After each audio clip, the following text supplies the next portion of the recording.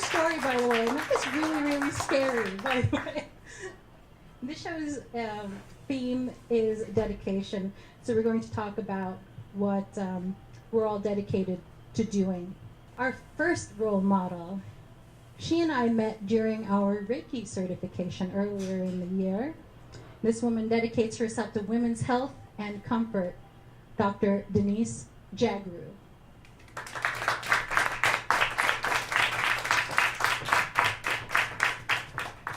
Wow.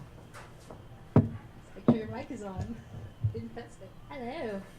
Good evening. Wow, this just got real. This just got like totally real. We talked about this when we were in Reiki. Hey, we should work together, do something. Where were we sitting? Subway? Wimpy? Subway. This is not an ad for Subway, by the way.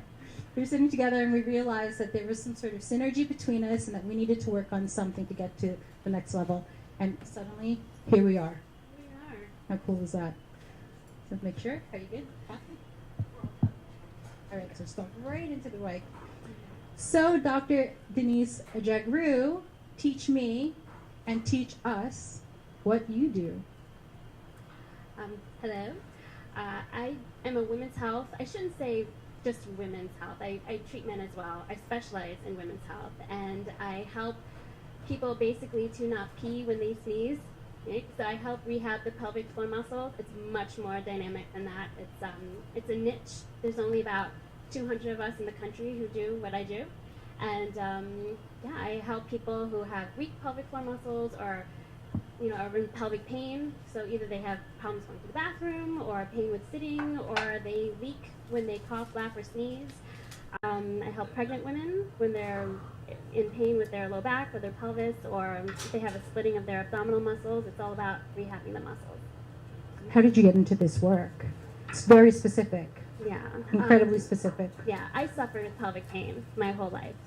And I was shuffled around many doctors, and I was just always given pills and injections and creams and ointments and whatever, and nobody was really listening to me. And I felt that, I just felt isolated. I felt like I was always dismissed as a drama queen, and I was just in a lot of pain all the time. I'm now pain-free, and I just made it my goal to make it my mission to listen and hear women's stories and help them also be pain-free.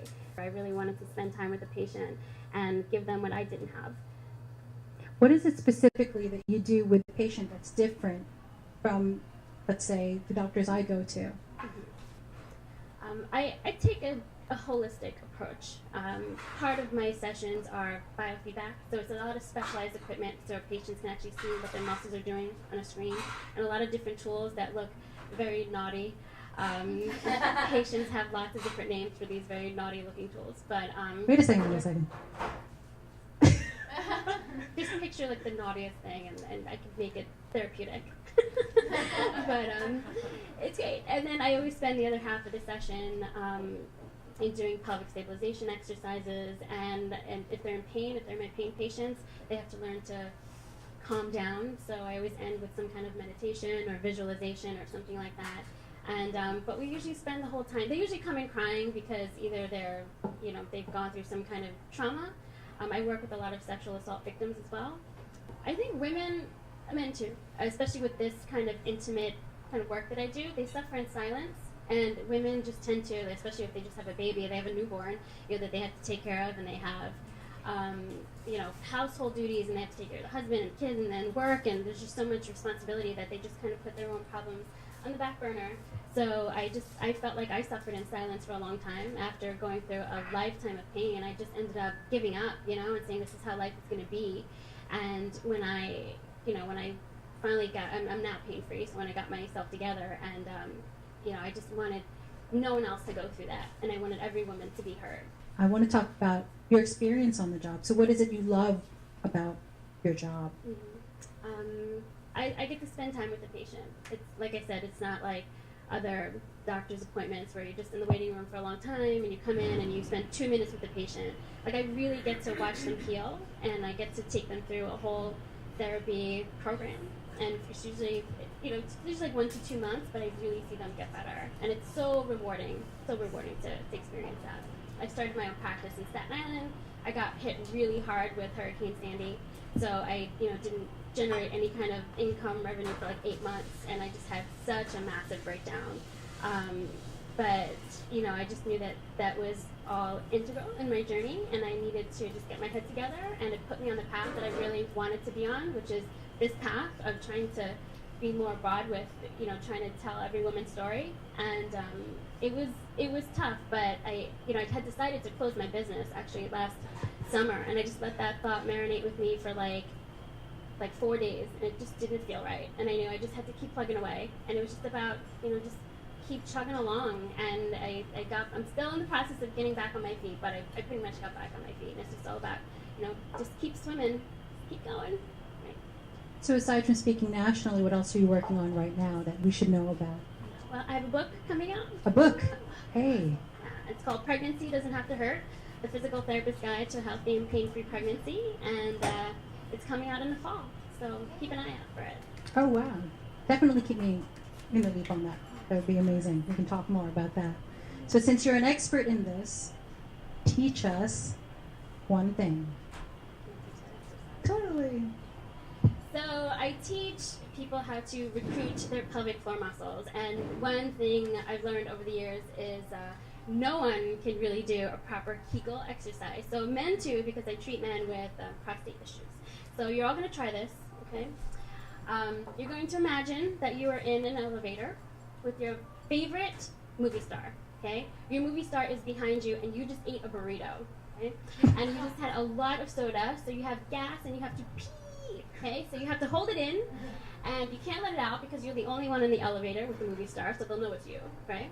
And you can't booty clench, you can't tighten your butt muscles because the movie star will see that and they'll know that you're trying to hold everything in. So try to squeeze your pelvic floor muscles as if you're trying to hold in urine and try to hold in gas, okay? But relax your butt muscles because you can't let the movie star see that. And half of you are not breathing right now, right? You're holding your breath. This is what people do. They think they have their Kegel muscles, but they're squeezing their butt. They're bringing their thighs together because that's what you do when you have to pee, or they're holding their breath, or they're sucking in their stomach. So everyone who says they do the Kegel muscles all the time, they do their exercises, they're not really doing it. They're squeezing everything else. So that's how you do a Kegel exercise. So that's what I'm teaching you today. My elevator ride home is not going to be the same. So what is your finest accomplishment to date?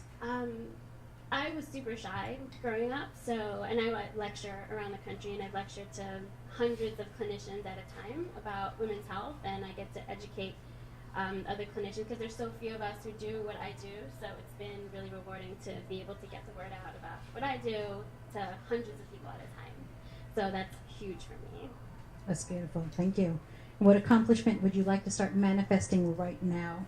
Speak it out. They're listening. Yeah. I'm also working on a show with my team, and I hope we can work together because I just want to tell the story of women all around the world and really support women's health global initiatives to just improve the standards and access to women's health care around the world. So, Denise has great videos on her site. What's your URL again? drjagroo.com. You have the information on the cards that you're going to get. You can check it out right there. She's got great 1-minute videos. Every time I watch them, I learn something. One of them was damn, I wish I knew that. I'm not going to share that right now. And it's not just women's health stuff or pelvic stuff. It's a little bit of everything from sleeping postures to how you should carry your bag and how you should breathe and wear binders and supports and stuff like that. And what would you like to see women do more of in this world? Speak up and talk about your issues. When I see patients come in through my practice and I'm treating them for their neck or their shoulder or their back, I'll ask them, do you pee when you sneeze? Do you have pain with intercourse? And they'll always say, how did you know that? And, just because no one else is asking them these questions and they're too, shy about it or embarrassed to talk about it. So I would love to see women just feel more comfortable about talking about what they're suffering from and seek help. So when do we need you? When you pee, when you sneeze. If you have pain, sitting, problems going to the bathroom, pain with intercourse, I can help you. Okay, Dr. Jagroo, thank you so much. Thank you. We need you. Thank you for having me. Thank you. All right. Thank you so much.